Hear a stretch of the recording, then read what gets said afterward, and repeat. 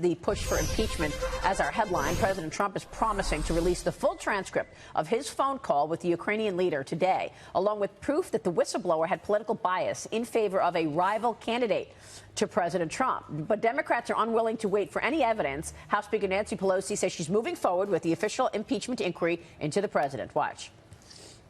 I can say with authority the Trump administration's actions undermine both our national security and our intelligence. The actions of the Trump presidency revealed the dishonorable fact of the president's betrayal of his oath of office, betrayal of our national security, and betrayal of the integrity of our elections. Therefore, today, I'm announcing the House of Representatives moving forward with an official impeachment inquiry. The president must be held accountable. No one is above the law. Stocks hitting session lows, meanwhile, as this news became apparent, bouncing back only slightly after President Trump said that he would release the transcripts. Joining us right now is Texas Congressman, House Financial Services Committee member Lance Gooden. And Congressman, it's good to see you this morning. Thanks so much for joining us. Thanks for having me. So confirm what we've been speculating this morning, and that is everything's off the table in terms of legislative progress. They're gonna pursue an impeachment. Obviously, that means no USMCA. That means no immigration, no guns, no health care. Nothing gets done. Is that right? That's right. And they started this Congress saying we want to work across the aisle and deliver for the American people. They've accomplished nothing, and they've confirmed with their latest actions yesterday that it's going to be more of the same through Christmas. And you are introducing a resolution to remove Jerry Nadler as chairman of the House Judiciary Committee in response to the impeachment proceedings that he's overseen. You say Chairman Nadler is, quote, ripping this country apart. Tell us more. Yeah, so what we did back in July was we actually voted on an impeachment resolution. We brought it to the floor. It failed. Democrats didn't even get a majority of their caucus to support it. What Chairman Nadler has done is gone forward with an impeachment inquiry that was not authorized by the House. House rules say that we have to actually vote on that. And he has stated many times, I'm impeaching the president. We are in impeachment proceedings. What Nancy Pelosi said yesterday changes absolutely nothing. All she did was come out and endorse the illegal act that Chairman Nadler has been putting forward since July, since all this started.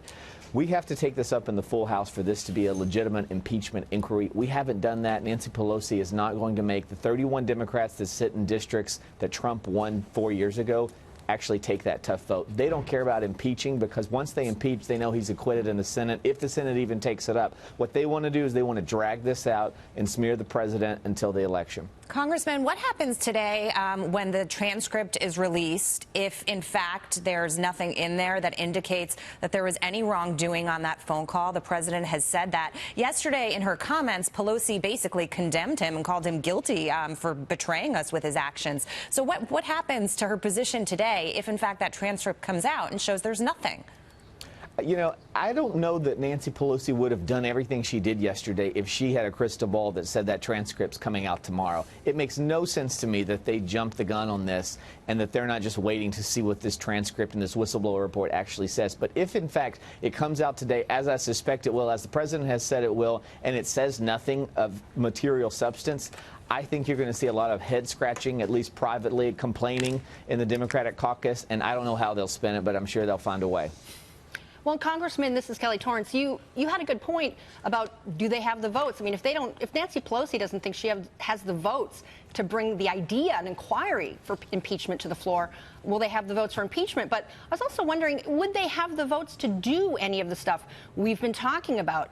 The trade agreement, gun control, gun issues. I mean, is it just that this was impossible for these people, Democrats and Republicans, to work with each other right now because Democrats are just intent on never giving President Trump and Republicans a win? First of all, yes, but a few predictions. One, I suspect they'll end up getting there by December with their vote count on impeachment.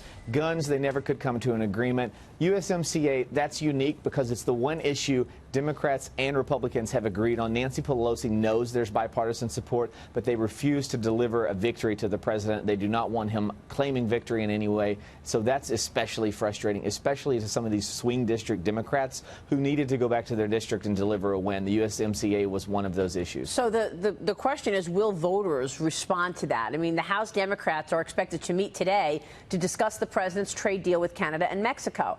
Do you think if it goes away and we don't see it ever come to the floor, will the NAFTA revision be put on the back burner, and do voters react, Kelly, on this and vote them out, basically? Well, and that's, this is a great question, because trade is one of the things, really, getting a new agreement is one thing that President Trump ran on. And this is something that people in a lot of these areas that are swing districts were wanting a win on. They saw some manufacturing leaving. They felt that the deal had been unfair to Americans. It was something that President Trump promised to do. My other question is, if it doesn't pass before the end of October, there's an election going on in Canada right now.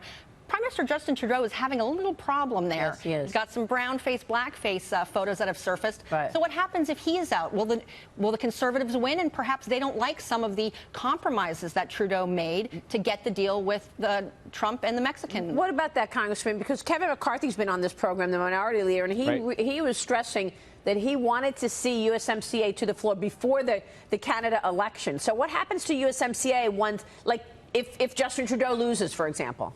I think it's a huge problem. And, the question about will the voters punish the Congress, I think you go back in history. If you look after Barack Obama's bad midterm, 2010, Republicans win the House. I think Republicans mismanaged that because Republicans said, we are not going to deliver Barack Obama any wins whatsoever. Voters didn't punish Barack Obama. They reelected him. Fast forward to now, Democrats are doing the same thing Republicans did. I think they'll reelect the president, reward him, punish Congress. All right, Congressman, we'll leave it there. Thanks very much for joining us. We'll be watching. Congressman Gooden joining us this morning.